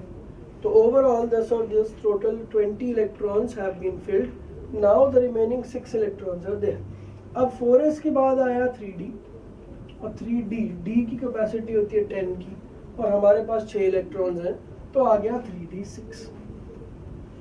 ठीक है, सो नाउ अनपेयर्ड इलेक्ट्रॉन्स के बारे में थोड़ा ध्यान से देखते हैं। जो सब शेल फुल्ली फिल्ड है, जैसे लेट्स सपोज मैंने बोला कि इसमें 2 इलेक्ट्रॉन्स आ सकते हैं और दोनों आ गए, p में 6 आ सकते हैं, p में 6 के 6 आ गए। तो अगर 6 आ गए तो मैं ऐसा मान सकता हूँ कि पहले 3 आए होंगे, फिर बाद में 3 आए होंगे, तो पूरा भर गया। तो जब भर गया तो अनपेयर्ड का तो सवाल ही नहीं उठता। तो ये पहले 3 और नेक्स्ट 3, सिंस ये पूरे फिल्ड है तो यहाँ पे कोई भी अनपेयर्ड आपको नहीं दिखेगा। अब ये पूरा फील्ड नहीं है 3D, तो हो सकता है आपको इसमें अनपेयर्ड कुछ दिख जाए। तो हम एक काम करते हैं, D को थोड़ा डिटेल में डिस्कस कर लेते हैं। D में 5 ऑर्बिटल्स हैं और टोटल D में 6 इलेक्ट्रॉन्स हैं। तो अकॉर्डिंग टू हंट्स रूल 1 2 3 4 5, जब तक हर ऑर्बिटल में एक इलेक्ट्रॉन नहीं आ जाता तब तक आप पेयरिंग नहीं स्टार्ट कर सकते। तो 5 इलेक्ट्रॉन्स आ चुके हैं, उसके बाद जो 6th आएगा वो यहाँ पे आ जाएगा। तो अगर 6th इलेक्ट्रॉन यहाँ पे आ गया तो अब आपको कितने अनपेयर्ड दिख रहे हैं? 1 2 3 4। Number of unpaired electrons is 4। ध्यान रखना, ये n प्रिंसिपल क्वांटम नंबर की बात नहीं हो रही है यहाँ पे। अगर आपको कंफ्यूजन हो रहा है तो हम लोग नंबर ऑफ अनपेयर्ड इलेक्ट्रॉन्स, ठीक है। इसी तरीके से कोई भी स्पीशी अगर दी हो तो हर स्पीशी के लिए हम लोग इस तरह से प्रॉपर ये लिखेंगे 1s 2s 2p एंड उसके बाद हम फिलिंग करना शुरू करेंगे और फिलिंग के हिसाब से हमें आंसर्स आराम से मिल जाएंगे। Now let's take the next question. Next question में हम लोग एक नया फॉर्मूला यूज करने वाले हैं। It is the calculation of magnetic moment. ये छोटा सा टॉपिक है, फिर इसी के साथ क्वेश्चन स्टार्ट करते हैं। मैग्नेटिक मोमेंट, मैग्नेटिक मोमेंट का फॉर्मूला होता है root of n into n plus 2। पर ध्यान देने वाली बात यह है कि this n is number of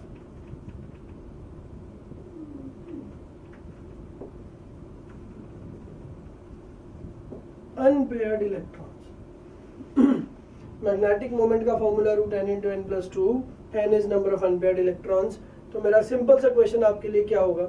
The question will be, what is the magnetic moment of this species? That species can be an atom, that species can be an ion or cation or whatsoever.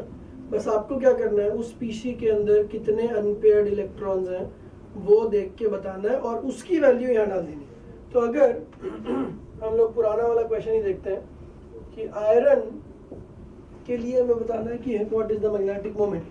तो iron का electronic configuration 26 था, अभी हमने किया ठीक है, 1s2 2s2 2p6 3s2 3p6 4s2 3d6। तो 3d6 के हिसाब से हमने देखा कि कितने अनपेयर्ड इलेक्ट्रॉन थे, 1 2 3 4 5 6, तो टोटल अनपेयर्ड इलेक्ट्रॉन हो गए 4। ठीक है, तो यहाँ पे n की वैल्यू को 4 डालेंगे तो मैग्नेटिक मोमेंट आ जाएगा। So magnetic moment is equal to root of n into n plus 2, so that is root of 4 into 4 plus 2, that is root of 24। और ये जो फॉर्मूला है इसका यूनिट, मैग्नेटिक मोमेंट का यूनिट क्या होता है, दैट इज बोर मैग्नेटॉन। ठीक है, कोई आपसे यूनिट पूछे तो बोर मैग्नेटॉन है, बाकी उस चीज़ की ज़्यादा प्रॉब्लम नहीं है। अल्टीमेटली इस क्वेश्चन में बस यही देखा जाता है कि क्या आप total number of unpaired electrons निकाल सकते हो या नहीं। Let's talk about some exceptions of Aufbau rule. Some exceptions. So the two exceptions that you need to remember are chromium and copper. Chromium is 24 atomic number and copper is 29. Exception है, इसका मतलब ये है कि जैसा आप expect कर रहे हो उनसे वैसा नहीं होगा। ठीक है, तो मतलब ऑफबाउ रूल जैसा आप सोच रहे हो उससे कुछ डिफरेंट होने वाला है। तो लेट्स सी क्या डिफरेंट होता है। पहले तो हम वो लिखते हैं जो हम एक्सपेक्ट कर रहे हैं। सो that is chromium 1s2 2s2 2p6 3s2 3p6 4s2। ये टोटल 10 इलेक्ट्रॉन यहाँ हो गए, 10 इलेक्ट्रॉन यहाँ हो गए, उसके बाद बचा 3d4।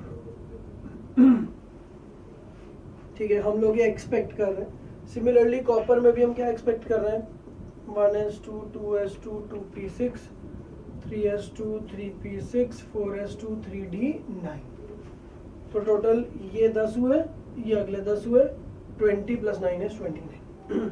ठीक है, तो हम लोग ये एक्सपेक्ट तो कर रहे हैं, बट असली में क्या होता है। अच्छा, इसको एक लिखने का और तरीका है। अगर मैं ये जो मैंने बॉक्स बनाया है ये 18 इलेक्ट्रॉन्स हैं, तो 18 इलेक्ट्रॉन्स एक नोबल गैस के होते हैं, तो हम लोग जनरली इसको एक एयर तरीके से भी लिखते हैं। ये मैं ऐसे ही जनरल सिंबल लिख रहा हूँ एक्स। ठीक है, आप इसमें नियॉन आर्गन क्रिप्टॉन जेनॉन कुछ भी लिख सकते हो। तो हम लोग यहाँ पे एक इनर्ट गैस लिखते हैं और इनर्ट गैस के बाद जो आया उसको लिख देते हैं, बिकॉज इतना लंबा लंबा लिखना थोड़ा सा प्रॉब्लमेटिक हो जाता है। तो हम लोग क्या करते हैं, नियरेस्ट नोबल गैस उठाते हैं और उसके पास जो भी बचता है वो लिख लेते हैं। तो यहाँ भी हम ऐसे ही करेंगे, नियरेस्ट नोबल गैस उठाया और उसके बाद जो बचा 4s2 3d9। ठीक है, so now comes the part of exception. What we expect is कि 4s में 2 हैं और 3d में 4 है। ठीक है, तो ये हम एक्सपेक्ट कर रहे हैं कि ऐसा होगा, बट इसका क्या होता है, ये एक्चुअली उल्टा हो जाता है। 1 electron from 4s makes the jump to 3d and actually becomes like this। 4s में 1 बच जाता है और 3d में 5 हो जाते हैं। So this is correct. ठीक है, but our Aufbau rule can not explain this, that's why we are terming it as an exception. ठीक है, तो एक्सेप्शन है, इसका मतलब अगर मैंने आपसे पूछा कि क्रोमियम का कॉन्फ़िगरेशन क्या है और आपने मुझे बताया nearest noble gas into 4s2 and 3d4, तो मैं इसको फिर गलत बोल दूंगा। ठीक है, मुझे क्या सुनना है, 4s1 and 3d5, क्योंकि असली में वही होता है, एक्सपेरिमेंटली वही होता है। Same happens with copper also. Copper में एक्चुअली 4s2 3d9 नहीं है, s में से 1 इलेक्ट्रॉन शिफ्ट होकर d में चला जाता है, so it actually becomes 4s1 and 3d10। So chromium converts itself from 3d4 to 3d5 and copper converts itself from 3d9 to 3d10। ठीक है, तो ये एक्सेप्शंस हैं और इन एक्सेप्शंस का रीजन क्या है, stability of half filled and fully filled subshells. जैसे मैं D की बात यहाँ पे कर रहा हूँ, D का मैक्सिमम कैपेसिटी इज 10, तो यहाँ पे D10 इसको मैं फुल्ली फील्ड बोलूँगा, और D का मैक्सिमम कैपेसिटी का half 5 that is called as half filled. तो ऐसा एक्सपेरिमेंटली पाया गया है that half filled subshells and fully filled subshells are quite stable.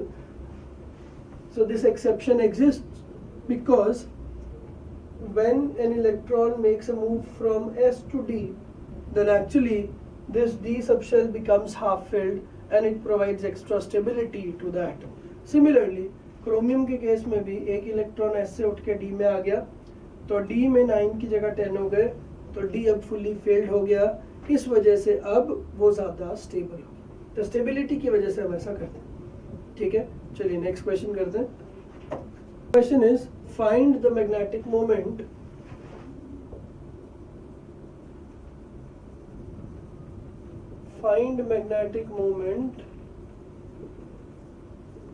Of chromium.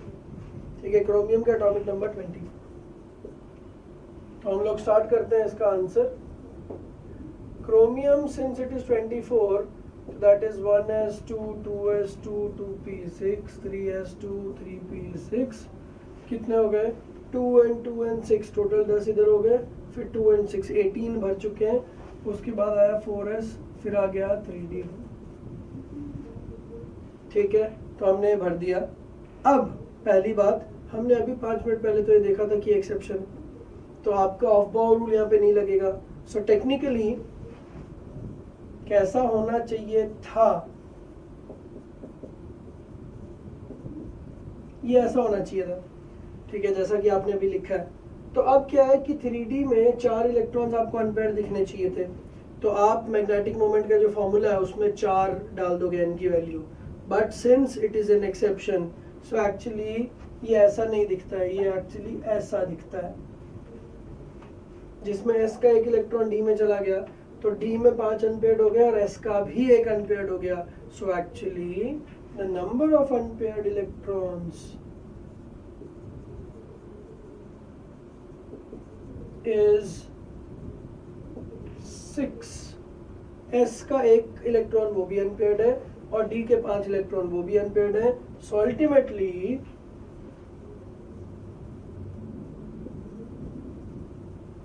magnetic moment is root of n into n plus 2 more magneton. n की जगह मैंने 6 डाल दिया, तो 6 into 6 plus 2, so that is 8 6 48. ठीक है, तो ये आंसर आया. तो अगर आपको ये चीज़ याद रहेगी that chromium is an exception, तब आपका आंसर ठीक आ जाएगा.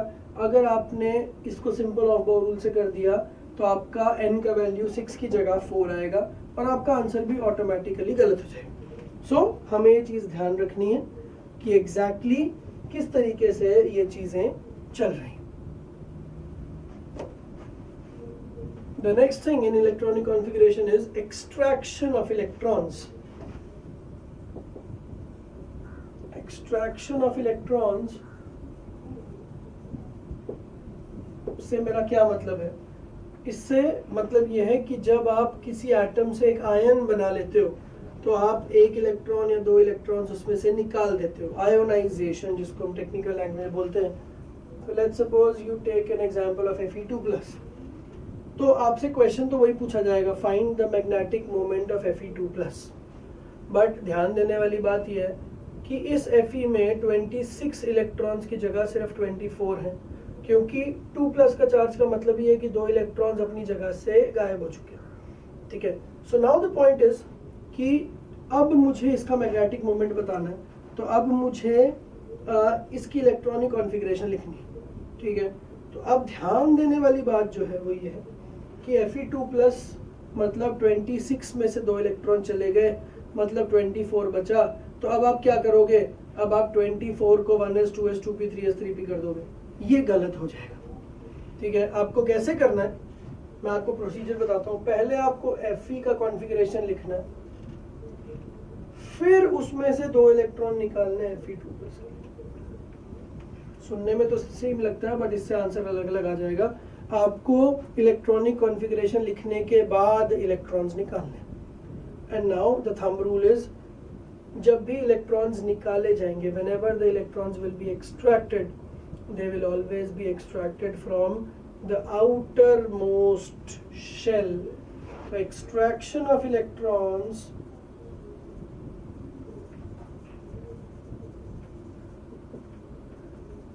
is always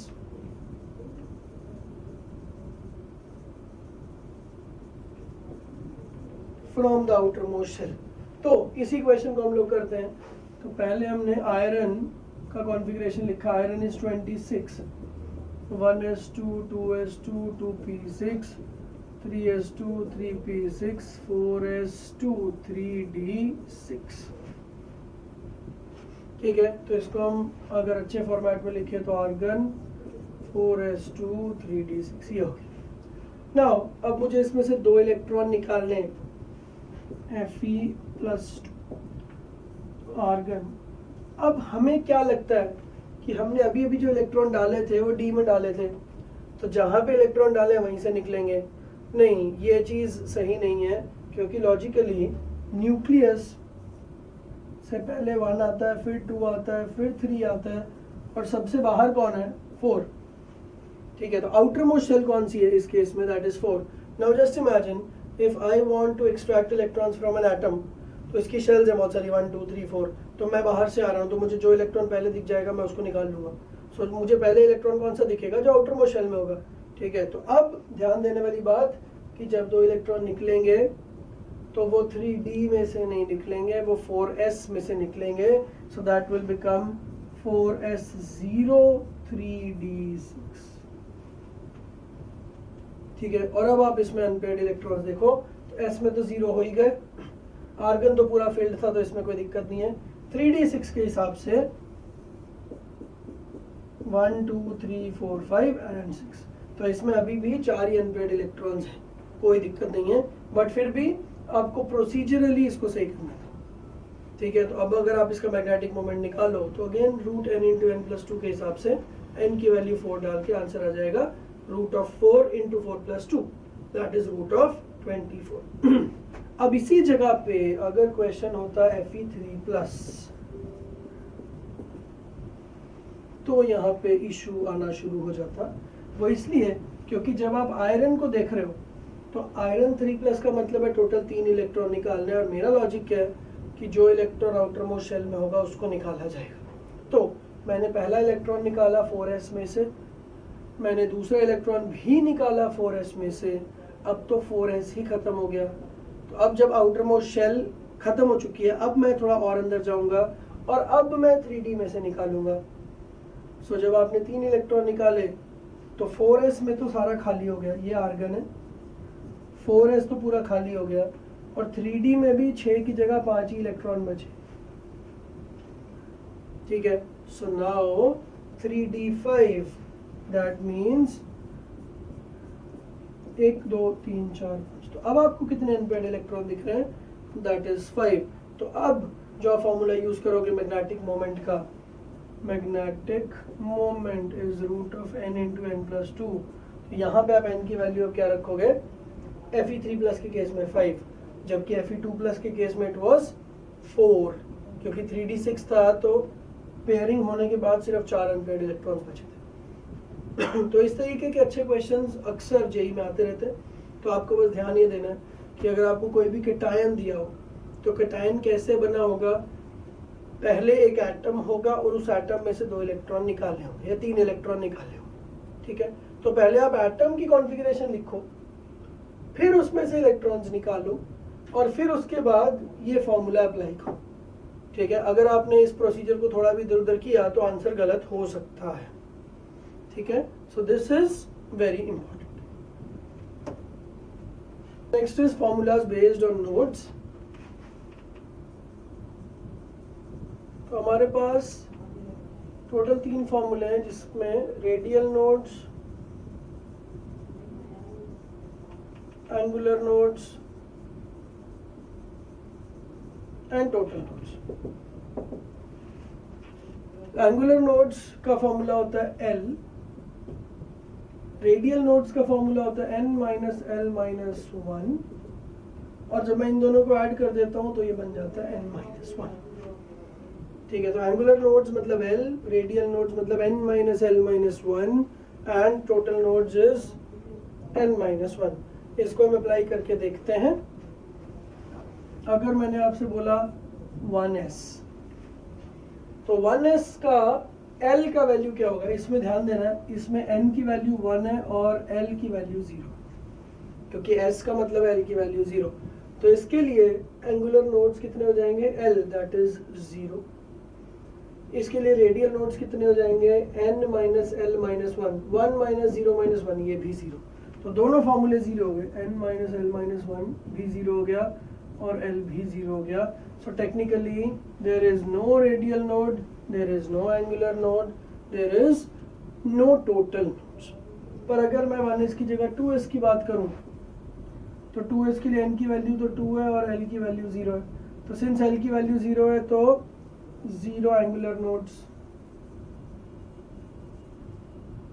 बट अगर हम n माइनस एल माइनस 1 करें तो ये हो जाएगा 2 minus 0 minus 1 that is 1। So overall 1 radial node is there. So 2s में देयर इज 1 रेडियल नोड। और रेडियल नोड्स किस तरीके के दिखते हैं, देयर आर स्फेरिकल नोड्स। तो अगर मैं इसका डायग्राम बनाऊं, so this is nucleus, this is the outer shell. तो न्यूक्लियस और आउटर शेल के बीच में एक छोटा सा शेल है और इस शेल को मैं रेडियल नोड बोलता हूं। ठीक है, तो 1s में कुछ नहीं है, कोई नोड नहीं है। 2s में एक रेडियल नोड है। अगर आप 3s के लिए देखोगे तो उसमें 2 रेडियल नोड्स हैं, उसको हम बनाते हैं।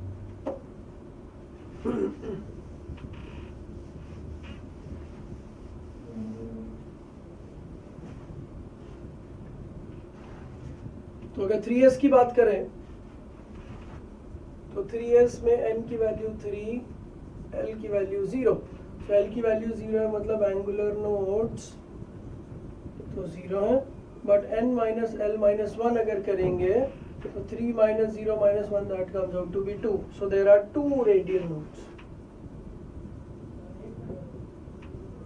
और 2 रेडियल नोड्स का मतलब क्या है कि अगर न्यूक्लियस के आसपास ये आउटर शेल है, तो न्यूक्लियस और आउटर शेल के बीच में ये हो गया पहला रेडियल नोड,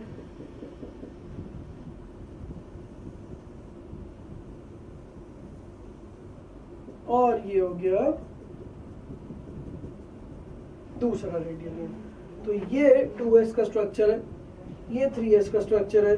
1s का स्ट्रक्चर तो बहुत ही सिंपल है, आप न्यूक्लियस बना दो और आप एक सर्कल बना दो। ये एक्चुअली दिखने में सर्कल है बट ये स्फीयर है। तो वो 1s हो गया, ये 2s हो गया, ये 3s हो गया एंड सो ऑन। ठीक है, तो रेडियल नोड्स कैसे दिखते हैं, स्फेरिकल शेप के, और एंगुलर नोड्स कैसे दिखते हैं, इस शेप के, प्लेनर शेप के। तो वो भी हम अभी देखते हैं। Let's see the number of total nodes and radial nodes etcetera in 2p। तो अगर मैंने 2p की बात की तो n की वैल्यू 2 है और l की वैल्यू 1, क्योंकि p का मतलब होता है l की वैल्यू 1। नाउ सिंस l का वैल्यू 1 है तो एंगुलर नोड्स कितने हो गए, that is l that is 1। और रेडियल नोड्स का formula n minus l minus 1, so that becomes 0, 2 minus 1 minus 1। ठीक है, तो इसका डायग्राम कैसे बनेगा, दिस डायग्राम 2p कुछ ऐसा दिखता है, ये 2p है। तो इसका नोड किस तरफ दिखेगा, now this is the node. अगर आप इसको प्लेनर फॉर्म में देखना चाहो तो ये 3D शेप में कुछ ऐसा दिखेगा।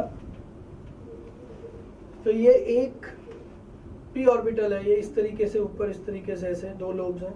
तो बीच में से एक जो प्लेन गया है that is called as the angular node. Let's see this for 3D। अगर 3D की बात हो रही है तो 3D के लिए n का वैल्यू 3 है और d में l का वैल्यू 2 है। तो अगर मैं एंगुलर नोड्स देखूं तो angular nodes is L is 2 and radial nodes is n minus L minus 1, that is 3 minus 2 minus 1, that is 0. So यहाँ पे दो एंगुलर नोड्स हैं, रेडियल नोड नहीं है. D का जनरल स्ट्रक्चर होता है डबल जंबल. और अब इसमें दो नोड्स मुझे दिखाने हैं, दो एंगुलर नोड्स. तो पहला एंगुलर नोड होगा ये वाला और दूसरा एंगुलर नोड होगा ये वाला. सो this is the representation of the nodes. तो हमें ये भी पता चल गया कि एंगुलर नोड्स और रेडियल नोड्स किस तरीके के दिखते हैं, और हमें ये भी पता चल गया कि उनकी वैल्यू कैसे निकाली जाती है. तो आपको बस क्या करना है, जिस भी ऑर्बिटल जिसके भी बारे में पूछा गया है उसके लिए n का वैल्यू और l का वैल्यू निकाल के उन दोनों वैल्यूज को ये फॉर्मूलों में सब्स्टिट्यूट करके, एंगुलर नोड्स का formula is l, radial nodes का formula is n minus l minus 1, और अगर आपसे कोई टोटल पूछे तो उन दोनों को टोटल कर देना है फिर. तो इस तरीके से हमें जितने भी पॉसिबल तरीके के नोड्स हैं उन सब के बारे में इंफॉर्मेशन मिल जाएगी.